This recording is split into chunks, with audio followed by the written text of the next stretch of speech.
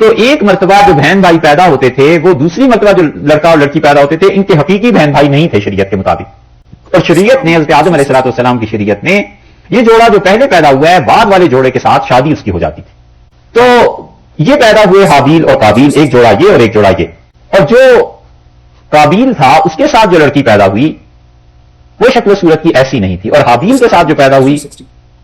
قابیل کے ساتھ جو پیدا ہوئی وہ خوبصورت تھی, اور حابیل کے ساتھ جو پیدا ہوئی جس کو قتل کیا گیا یہ لڑکی کچھ اچھی شکل و صورت کی نہیں تھی, لیکن رشتہ اس کا قابیل سے ہونا تھا, اور قابیل کے ساتھ جو پیدا ہوئی تھی وہ خوبصورت تھی, اس کا رشتہ حابیل سے طے ہونا تھا. اور اس سے آدم علیہ الصلوۃ والسلام کے پاس جب یہ قصہ پہنچا تو انہوں نے کہا یہ تو شریعت کی اجازت نہیں ہے. قابیل کا اصرار یہ تھا کہ اسی سے شادی کر لے جو اس کے ساتھ پیدا ہوئی ہے. تو حضرت آدم علیہ الصلوۃ والسلام نے انکار کر دیا, اور یہ حکم ہوا کہ یہ دونوں اپنی اپنی نظر اللہ کے سامنے پیش کریں, اور جس کی نظر قبول ہو جائے اس کے بارے میں آ جائے گا حکم. امتحان ہوا دونوں کا. تو جو حابیل تھا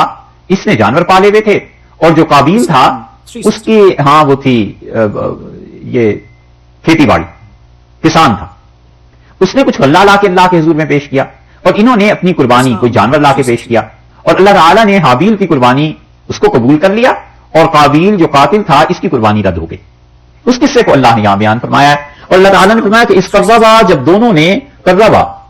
ان دونوں نے کیا کیا, نیاز کی, قربانن قربا قربانن, ان دونوں نے نیاز مانی اللہ کے لیے. یہ نظر اور نیاز یہ یہی چیز ہے, اللہ کا قرب حاصل کرنے کے لیے مال کا خرچ کرنا, کسی چیز کا خرچ کرنا, اور شریعت کی اصطلاح میں قربانی دینا. یہ قربانی واجب ہے ہر اس آدمی پر جس کے پاس ضروریات زندگی سے زیادہ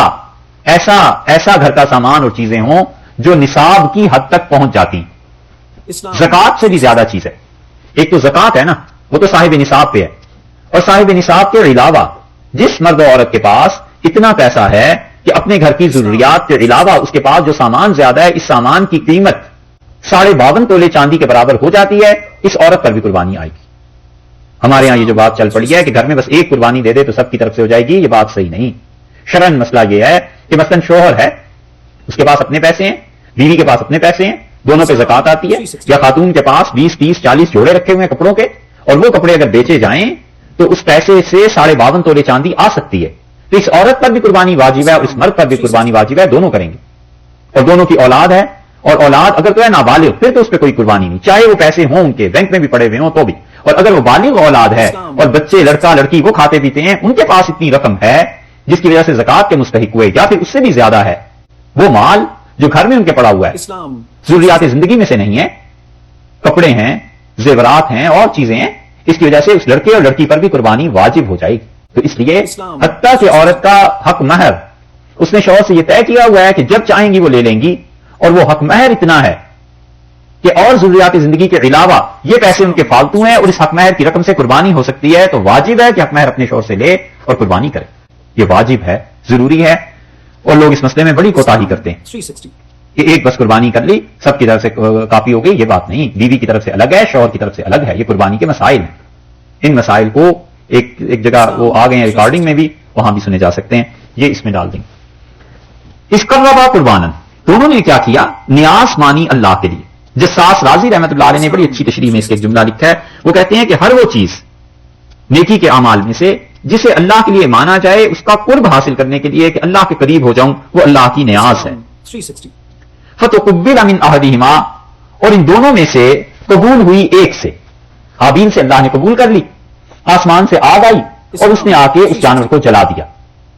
حضور اکبر صلی اللہ علیہ وسلم کے زمانے سے پہلے تک بھی انبیاء علیہ السلام کے ہاں یہ ہوتا رہا ہے. آسمان سے آگ آتی تھی, مال غنیمت, جہاد کیا مثلا کہیں بھی تو جہاد قبول ہوا یا نہیں ہوا, غنیمت کا مال رکھتے تھے, آسمان سے آگ آتی تھی جلا دیتی تھی, غنیمت کا مال جل گیا تو مطلب جہاد قبول ہو گیا, نہیں آگ آئی تو یہ جہاد قبول نہیں ہوا. اسی طرح کوئی بھی آدمی نظر اور نیاز پیش کرتا تھا. کہیں بھی جب جہاں تاریخ پہ ریسرچ ہوگی تو یہ پرانی تاریخ میں نکلتے ہیں نا مینارے بہت بڑے بڑے,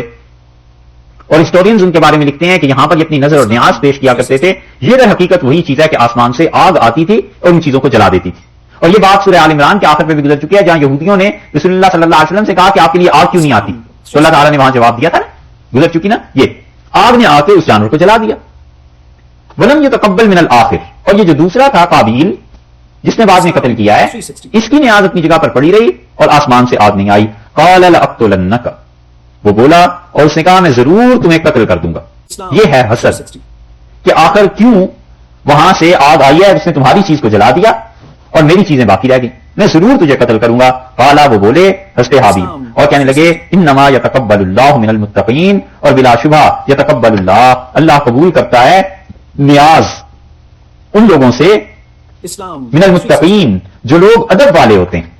جو لوگ تقوی والے ہوتے ہیں۔ اور تقوی کا یہاں ترجمہ کیا گیا ہے دو چیزوں سے، ایک اس سے کہ وہ لوگ شرک سے بچنے والے ہوتے ہیں، یہاں تک کہ تقوی سے مراد شرک کا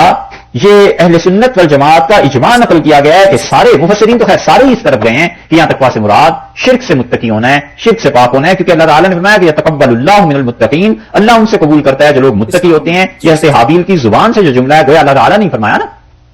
تو اگر آپ اس پہ شرط لگا دیں کہ تقوی والوں ہی کے اعمال قبول ہوتے ہیں تو پھر تو بڑی مشکل ہے، پھر تو متقی ہوں گے ہی کتنے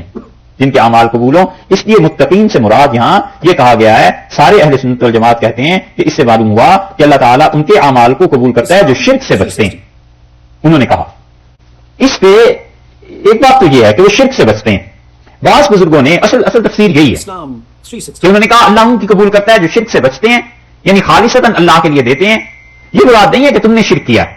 بلکہ مطلب یہ کہ اللہ ان کی قبول کرتا ہے، جتنا بھی ادب ان میں غالب ہوتا ہے، جتنا احترام خدا بند تعالیٰ کا غالب ہوتا ہے، نیاز میں جتنا خلوص شامل ہوتا ہے، اللہ اتنی قبول کر لیتا ہے۔ اور کچھ لوگ ایسے بھی امت میں ہیں جنہوں نے اس آیت کو سنا اور اس سے انہوں نے بہت کچھ سیکھا اور بہت کچھ حاصل کیا۔ عامر ابن عبداللہ رحمۃ اللہ علیہ تابعین میں سے تھے، اور وفات سے پہلے کسی نے انہیں کہا کہ آپ نے یہ نیکی کی، یہ نیکی کی، انہوں نے کہا تم صحیح کہتے ہو، لیکن میرے لیے سب سے بڑا مسئلہ وہ آیت ہے قرآن کی جس میں اللہ نے کہا کہ یتقبل اللہ من المتقین، اللہ متقی لوگوں کے اعمال کو قبول کرتا ہے، اور عامر کبھی بھی متقی نہیں رہا۔ یہ نیکیاں جو تم مجھے بتاتے ہو یہ اللہ کے یہاں کیسے قبول ہو جائیں گی، میں تو متقی نہیں ہوں۔ حضرت عبداللہ ابن مسعود رضی اللہ عنہ کہتے تھے کہ فرماتے تھے کہ ایک سجدہ، صرف ایک سجدہ میرا کوئی اللہ قبول کر لے، خیر من الدنیا وما فیہا، تو میرے لیے پوری کائنات سے اچھا ہے، مجھے اتنی خوشی ہو کہ دنیا ملنے سے اتنی خوشی نہ ہو کہ ایک سجدہ میرا اللہ قبول فرما دے۔ امام راضی رحمۃ اللہ علیہ نے اس تفسیر میں اسی آیت پہ لکھا ہے، اور وہ کہتے ہیں کہ اس کے مطلب ہے تین چیزیں، اور راضی نے بہت خوب یہ بات لکھی رحمۃ اللہ علیہ۔ وہ کہتے ہیں ایک تو شدید اطاعت کے ساتھ شدید استحضار ہو اس چیز کا، اللہ کا یہ خوف شدید ہو کہ پتہ نہیں قبول بھی ہوتی ہے یا نہیں ہوتی، یہ رہنا چاہیے ذہن میں کہ معلوم نہیں اللہ اسے قبول بھی کرتا ہے یا نہیں کرتا۔